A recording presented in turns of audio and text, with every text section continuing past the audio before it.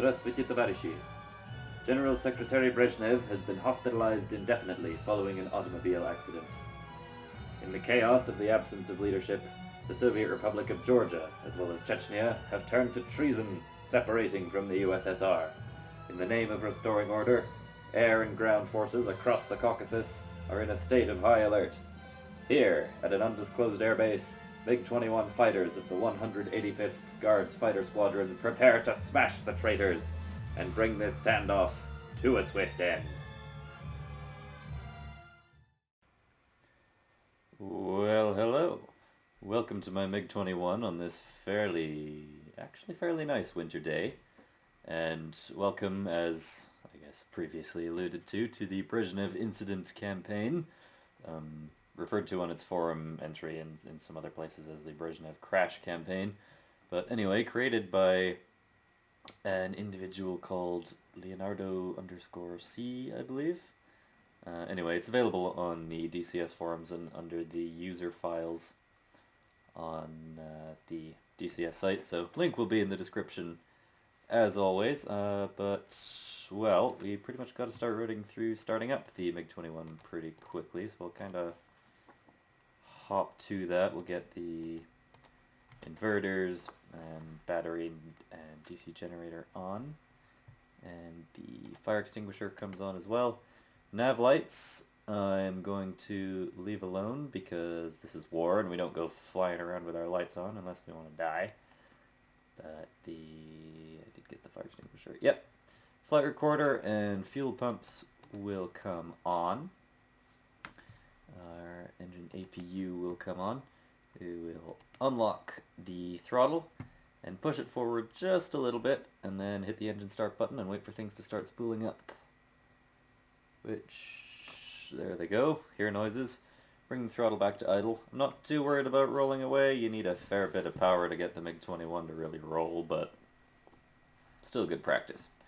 So, after that, our gyro systems can come on, in addition to the AC generator and our countermeasure release system, which we will actually uncover the button for right now because we may need it very suddenly later. And we will flick all of our radio and weapon systems on, with the exception of the gun camera because it tends to get in the way. I will have all the weapons armed up now, even though that's not technically a terribly good idea, because, well, the reason I'm doing it is because of having encountered situations in the past where I go to attack target, squeeze the trigger, nothing happens, then after much wailing and gnashing of teeth while under enemy fire, take a while to discover exactly what has gone wrong with that. So, yeah, that's why.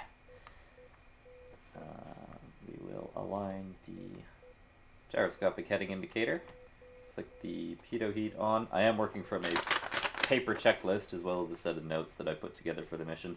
I'll explain more of it as we're taxiing out and taking off, but we are in a bit of a time bind at the moment. Radar will go to standby. We'll get our IFF and RWR all turned on. We'll turn down the noise from it. Radio compass, that's all good. We'll tune the frequency for Gudauda Airfield, which is where we are, and also hit the number 2 arc station, which is going to be our first waypoint, but again, I'll explain more of that later. So, we will shut the lid and weld it, and then hit takeoff flaps, emergency brakes off. We won't bother with the taxi light because it's a lovely day and it's, yeah, not a lot of point. But, oh, I forgot to request startup. Oh well. Better to ask for forgiveness than permission, right? Yeah, and then interrupt and ask for taxi clearance.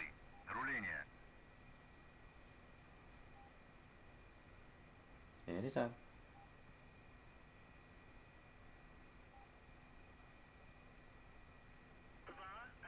Okay, clear to taxi to 1-5, and I know where that is, so we'll start taxiing. And I'll get to explaining exactly what's going on here. So, insofar as Soviet forces have been mobilized to basically put down the rebellion in Georgia and Chechnya, we are operating along a front line that's pretty much along the Black Sea coast. Georgian forces are operating to our south, and we have basically, well, our mission for today is to fly cover for a flight of Su-25s that will probably be taking off shortly after us, which will be attacking enemy positions along the front line, particularly a column of vehicles, apparently. So our job is to keep anything from attacking the Su-25s and also protect our own frontline positions. There's my wingman, who is taxiing like he wants to stick his nose cone right up my butt, but hopefully he won't. And our taxi route is going to be well, straight down to the end of here and then a left turn, and that'll take us pretty much right to runway 15 where we will take off. I apologize for the occasional stuttering. Hopefully that will only happen on the ground. I blame DCS 2.5.6, which has been having a few little issues since it released, but rumor has it this is getting fixed hopefully fairly soon, but we'll see how that goes. Also flick on the reticle and fix net for the gun sight. We will cage the gun sight and get it set up for our missiles. We are carrying 2 R3S short-range radar-guided missiles and 4 R60 infrared dogfight missiles. I'll get us set up to use the R60s first, because they're a little more... They're newer, for one thing, and perhaps a little more useful in the sort of holy crap situations in which we wouldn't have any warning with which to set up our weapons, if you get what I mean. And those are on pylons 3 and 4, so we'll leave the switch on pylon 4 for now. So that's that, more or less. We're also carrying an 800-liter centerline fuel tank, so we're carrying a decent amount of fuel, but this being the MiG-21, we will still be spending at least 3/4 of our time nervously staring at the fuel gauge, and also at these lights down here, which indicate when certain tanks are empty. Like this one is when the external is empty, for example. To be honest, the fuel gauge in the MiG-21, like the fuel gauge in a lot of airplanes, is a bit unreliable, so the lights are a little more important in some ways. Basically, when the second light comes on, we have about 700 liters left, and it's a good idea to go home. And we could be taxiing a little faster here. And the other 2 lights are 450 liters, and also when the third tank group is empty is what my notes are saying. Which means 300 liters, which is like a couple of minutes. So we will go ahead and request takeoff as we round this corner, because there's a runway there. And we will also check that there is no obvious traffic. Okay, so we're clear for takeoff. We'll run through our few little before takeoff items once we line up on the runway. We'll do that. Clear for takeoff. Jolly good. Missiles lock onto the sun. We will lock the nose wheel, unlock the landing gear handle fixator, and apart from that, if flaps are set, we're pretty much good to go. So we'll push it up into full afterburner and hold on to your butts!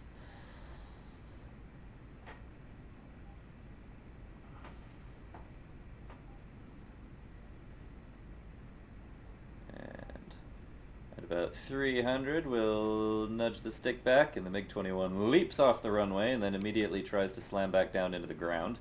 Bring the gear up, bring the flaps up, and once we get 3 red lights on the gear, we'd be very sure to return it to the neutral position.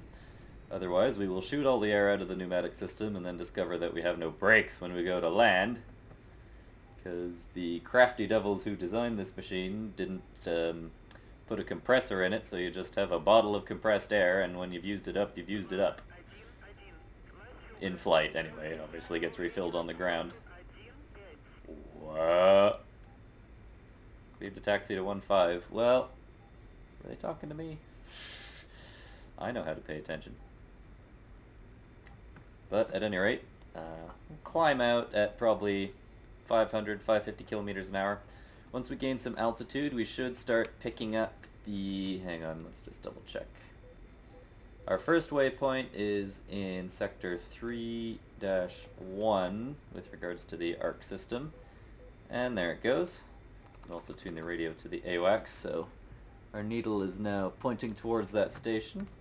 So we will turn towards it.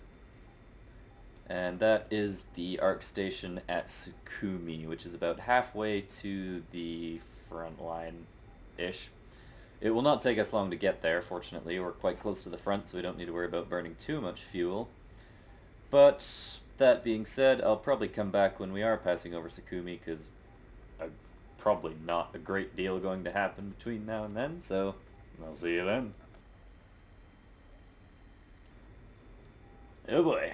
So we've just received a message from our armored group that they are under attack at the front line, which means we are going to level off, push the throttle up to mill power, and get there as quickly as we can and not worry about fuel. We're just coming up on Sukhumi, so we're not too far away from the front line, but we have started getting callouts from AWACS, as you can see here. Still pretty far away though, so might be some little bit of time yet before we're able to actually make our presence felt. A few more sort of housekeeping items for how this series is going to work. As you can see, whoops, I had intended to have the little chevron icons turned on as an aid to both myself and the audience, and I guess a bit of a piece of not as much realism, but, well, if you don't like it, too bad. Well, that's not a very nice thing to say, but you get the idea. So that's more or less how that's going to work.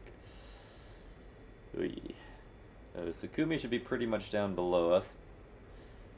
I brought the throttle back a little bit, just because of the MiG-21 induced fuel anxiety, but we should still get there reasonably quickly. I'll probably cut to when we do, though. Okay, we're getting pretty close now, and my wingman says he's starting to pick up contacts. We have climbed a little bit, and that's a spec over there. So we will most definitely be going after it. I'll keep it off to my left for now. The situation with regards to what we are up against is that it is, in principle... Oh my god, shut up. In principle, we're still up against Soviet equipment that the Georgians are using. And since the main Su-25 factory was located in Georgia, we can probably expect that to be our principal opposition. Intelligence also indicates that there's a non-operational MiG-21 production line there. We will see if they manage to get that operating. Okay, that's 2 contacts, 3, 4. Missiles are locking onto the sun again. What do we got? Those don't seem to be... Well. Engage bandits.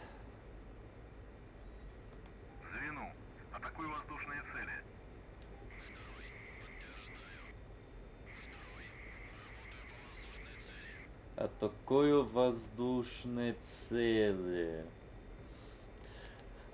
I can read and speak a little bit of Russian. I think that literally meant attack armed targets. Something like that. Yeah, we're our fighters, don't worry. We're coming. I'm just gonna position myself to slot in on the tail of whatever this is. Oh, wingman shooting at something. Tally bandit 12 o'clock, yeah. I'm sure. Okay, wingman is shooting at possibly the flight lead.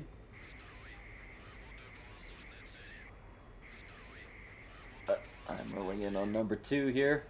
I might be able to get them both, actually, if they're still in formation, and my wingman didn't manage to shoot down either of them.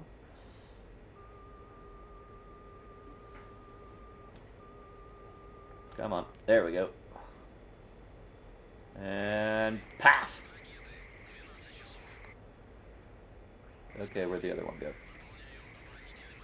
Doesn't matter. I'll hit the burner and extend away. If these are Su-25s, we do not turn fight with... Oh my god. That's my wingman under attack. And one of them after me. Two after me. Okay. This suddenly became a rather unpleasant situation. Come on, wingman, help me out. That being said, he needs some help of his own. Is my center tank empty yet? No.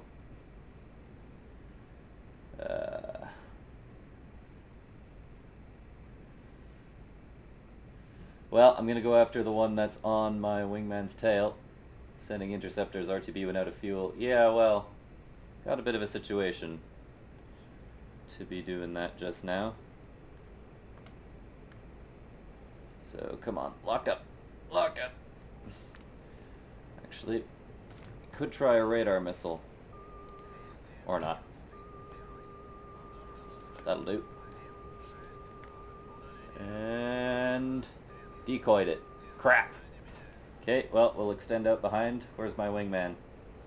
Still right there with that Su-25, seeming like he's in a position to shoot him. Dude, you're in a MiG-21. You can easily get away. Ejecting. Ugh. Must have got him then. Sorry. I perhaps could have been a bit more aggressive, but might have got myself killed too. Put out some flares just in case. And I'm going to have a go at using a radar missile here. Lock the radar into fixed beam mode.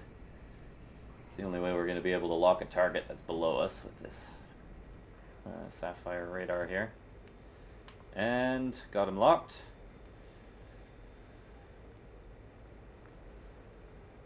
And actually, I haven't got him locked. That's a point on the ground, isn't it? Yep. That's MiG-21 radar being very helpful. Come on, reset. Nah, it's not going to work. We need IR missiles for this. Missile away.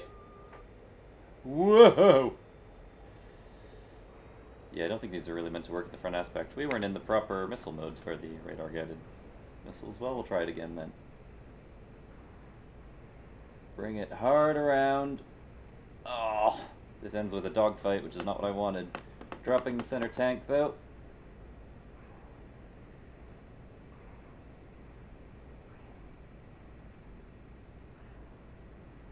Since it's empty. Okay, I'm going to extend away. I am not dogfighting with his Su-25. That's just silly. But we'll keep our eyes on him in case he shoots a missile at me. Which, maybe not. Just engine smoke.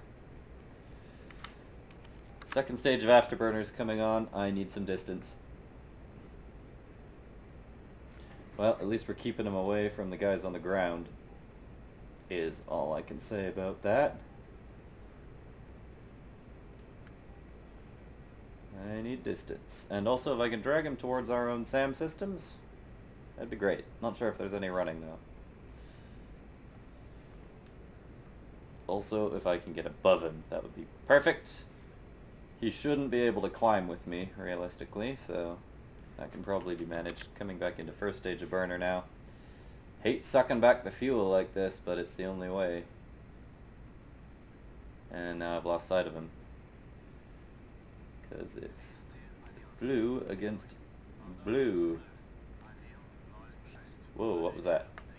That was possibly a missile trail, unless I'm no, I'm above contrail altitude. I see.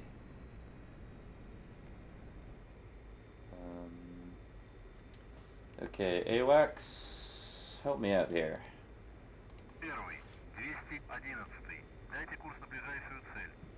Oh, there he is.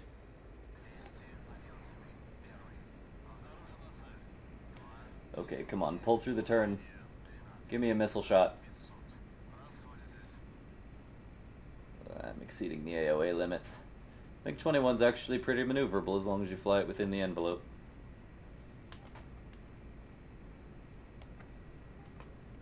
Nah. He's... Oh no, those are our friendly interceptors coming to help us. Ha ha ha ha ha ha. Okay, just recover from this slow flight state here. And flick us back into IR missile mode. Do we still have... Ooh. We need to use Pylon 3. It's the only one left. Where'd that 25 go? Whoops. I don't really want to use the external view. I think those are friendlies over there. Maybe. AWACS, help me out. I didn't actually read what it said last time.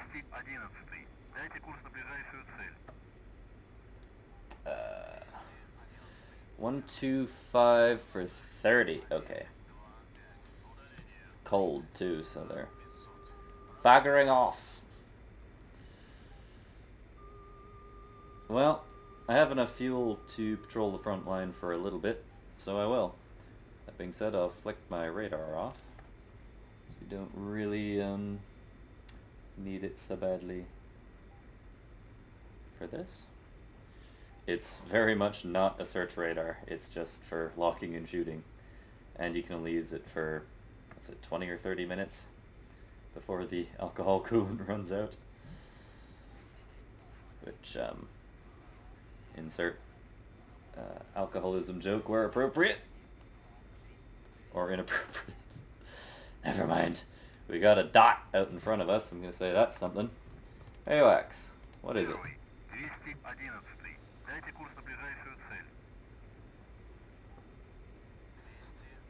138 for 28. That'll be it.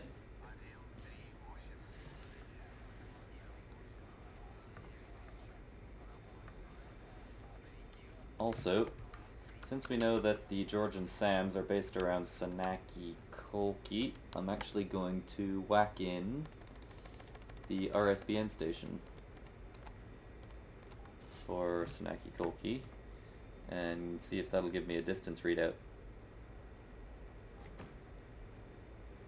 It actually might not while I still have the due distance, while I've still got the arc selected. And I shouldn't be heads down like this while we are over the front line anyway. Oh dear. So, yeah, it looks like our guys might have gotten whacked pretty hard, which means I probably didn't get here in time in an effort to conserve fuel. Okay, we're being locked up probably by a SAM system. Probably not close enough for them to start shooting at us, though. Oh, that being said, this thing's getting pretty close. Actually going to climb so as to be able to slide in on the tail of whatever this is. Oh, I know. Keep my eyes open for SAM trails out here.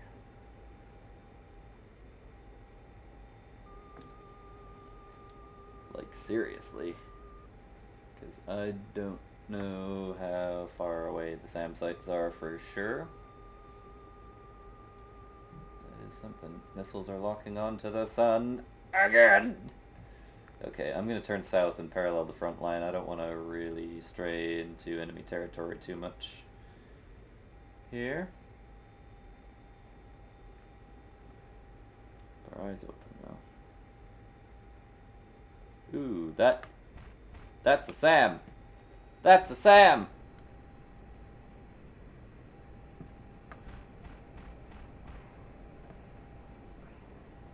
Okay, I'm glad I spotted that. Ooh. Okay, yeah, that's reason to back off a little bit.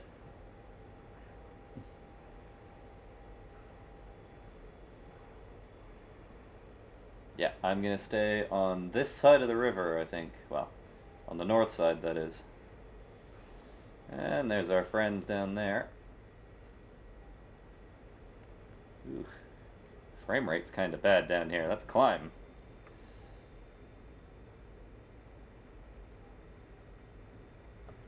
And keep our eyes peeled. How's our fuel looking? Not terrible. Not great, not terrible. Oh boy. It's the Soviet Union in the 80s. Chernobyl memes are mandatory.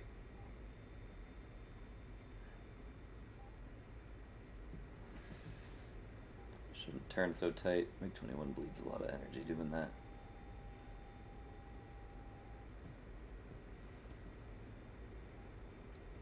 And that'll be, well, nothing locking us up right now. Switch that. Just in case. I have a little diagram in my notes for which pylons are which on the MiG-21. It's the 1 and 2 are the inboard, 3 and 4 are the outboard. It's the odd numbered ones on the left side, even numbered on the right.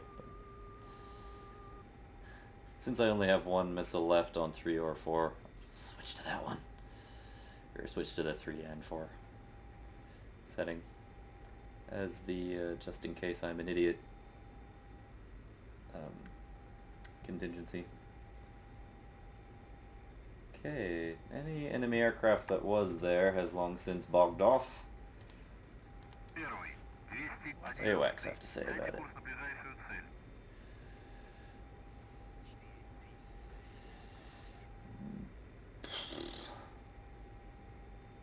Clean. Well, since we've got friendly aircraft operating in this area, I'll stick around and cover them for as long as fuel allows and then head home. Yeah, that's an Su-25. Something's locking us, but I don't think shooting at us. But I will circle back to the left, head back out towards the coast again. And in the absence of any action, I think I'll cut here, come back either when something happens or when we're departing the area and heading back to Gudauda.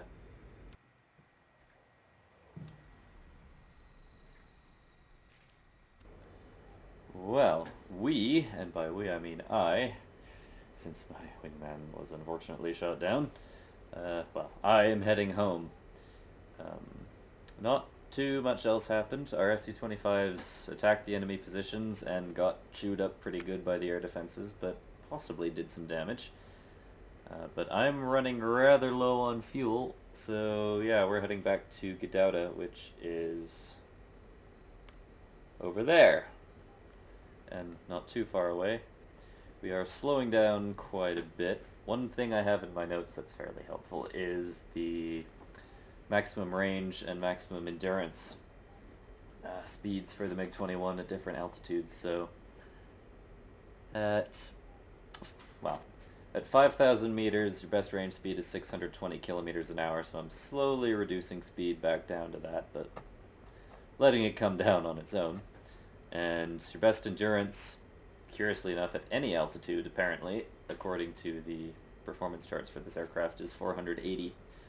Now, for those who might not know the difference, your maximum range is the speed at which you can go the largest distance across the ground. Endurance is the speed at which you can stay in the air the longest, but not necessarily go as far because you're flying slower. So, best range is to go, in essence, is useful for going as far as you can. Best endurance is useful for, say, wanting the highest loiter time on station at a given spot. Be particularly useful if you're flying, I don't know, a really long rotating combat air patrol, or if you're flying an A-10 or something and need to have lots of time on station. So, yeah, that's that, and I'll probably can the long-winded technical descriptions and see you again when we are about to land at Gudauda.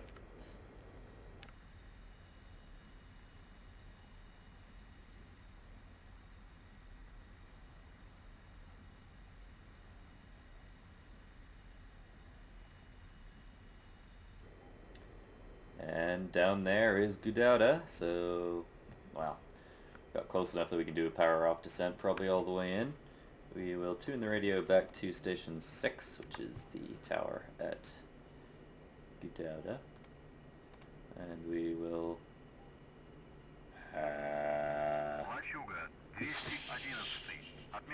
Pay no attention! Taxied it. I think the controller does not have a particularly accurate grasp of my... Oh my god. Of my airborne status. Let's see what happens if I request takeoff. Hey. And we'll just align this with the runway as well, reference point, our course needle. We might have to be very naughty and land without permission, but I'm going to enter a left downwind for runway 15, which is the one we took off from, since I will assume that that one's still active, barring any other information. So, okay, air brake can come in. It's slowing down too much. So, we'll run through our before landing items. I will actually turn the weapons off since we still have some missiles on pylons. But pay attention and fly the bloody airplane while you're at it. And nose gear is still locked. Speed brake is in for now. We will also hit the stabilize mode on the SAU. Tends to help with landing. Just by sort of... the dampener makes the whole control scheme a bit more mushy when you're rolling from side to side like this. So, leveling off on the downwind, speed's going to come back through 500, so we will whack the gear down and put the, well, keep the fixator on. And as speed comes back through 450, hit takeoff flaps, and then probably accelerate and maintain some actual speed on the downwind, please. I think technically, according to, at least for the so-called big box circuit, you're actually supposed to do 500 with the gear down and flaps up in the downwind. Also, I'm a little close on the downwind. This is all a bit slovenly and unprofessional. I do apologize. But we will angle out to one side a little bit to extend the downwind out and away from the field slightly. And we will just have our eyes open quite vigilantly for traffic on the way back in, since there's some kind of strangeness going on with the ATC that I'm not quite prepared to explain, but I don't see anything, so hopefully we're good. And then I'm thinking, oh yeah, I should tell my wingman to return to base, but nope, he was shot down. Sniff. Over friendly territory though, I think, so hopefully he's okay.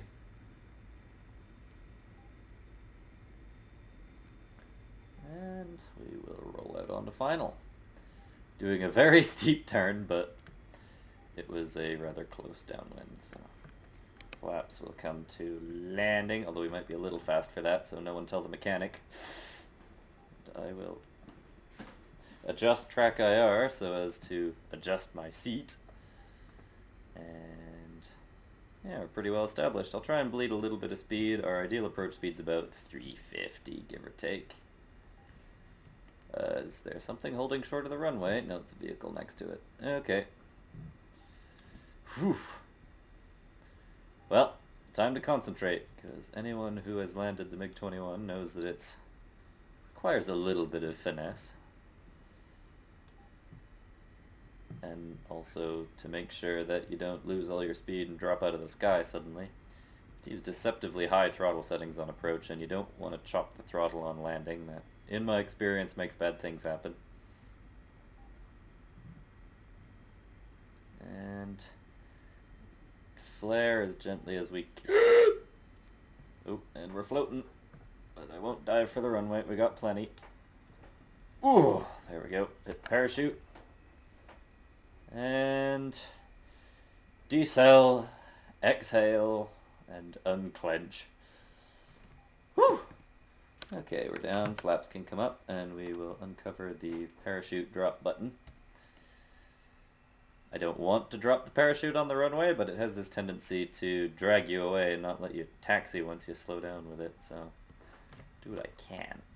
Unlock the nose gear. We can switch off SAU stabilization mode. Just with the... come on. Now you figured it out.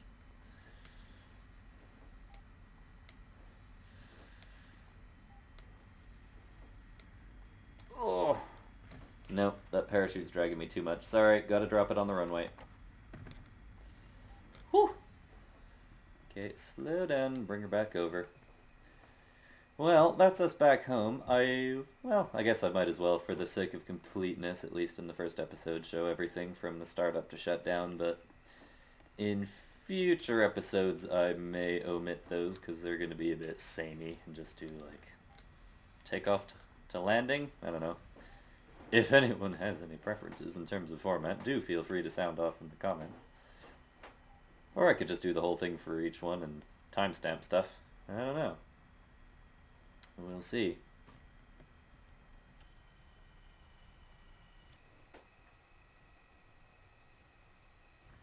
And just as it looks like we're playing a game of chicken with the Tu-95 at the other end of the taxiway here, we are coming up on the hangar from which we started this mission, he says, hoping to find it with the door open. Yeah, that's the one. Haha. Not making a fool of myself this time. So we'll just park in front of it. I'm not confident in my taxiing abilities to do a turn on the spot and turn around in front of it, so someone with a tractor can do that. We will just coast to a stop. Maybe lock the nose wheel, actually, so that it doesn't bend off to either side, or, well, turn off to either side. And we'll quickly run through the shutdown, and that'll be about it. Yeah, that'll do. So, flaps are up, speed brake is in, lights are off, throttle comes to idle, and at which point we can put, basically just start shutting stuff off. I just have to get what we do shut on. This thing, this thing, this thing, this thing, this thing. You can pretty much just do the reverse order of the startup and you'll have tended to pretty much everything. Probably doesn't matter too much, so get the radar off, all these electronics, RWR, pitot heat, that type of thing. We can pop the lid and feel that cold, fresh December air on our faces. Fuel pumps, I already turned off. Oops, I wasn't supposed to yet. Oh well, flight recorder is off. Fire extinguisher and APU can come off. Nav lights are already off. Still going by my paper checklist. Inverters and battery heat. I think I was supposed to do this at some point. Yep. I know how to MiG-21. And that's it. She is now dark. She'll probably not be cold yet for a while, but yeah. It'll be cold and dark again soon enough. Or not, if it needs to be sent up on another mission right away, but I guess we can have a quick peek at the statistics. So I did down that one Su-25 and then kind of lost contact with the other one. Ooh, we lost 3 aircraft, so that's probably my wingman and maybe both of those Su-25s. Yeah, they hit us harder than we hit them on this one, but well, my mission was quote-unquote accomplished, but yeah, I guess it is what it is, but in any case, I'll see you in the next mission, so toodles.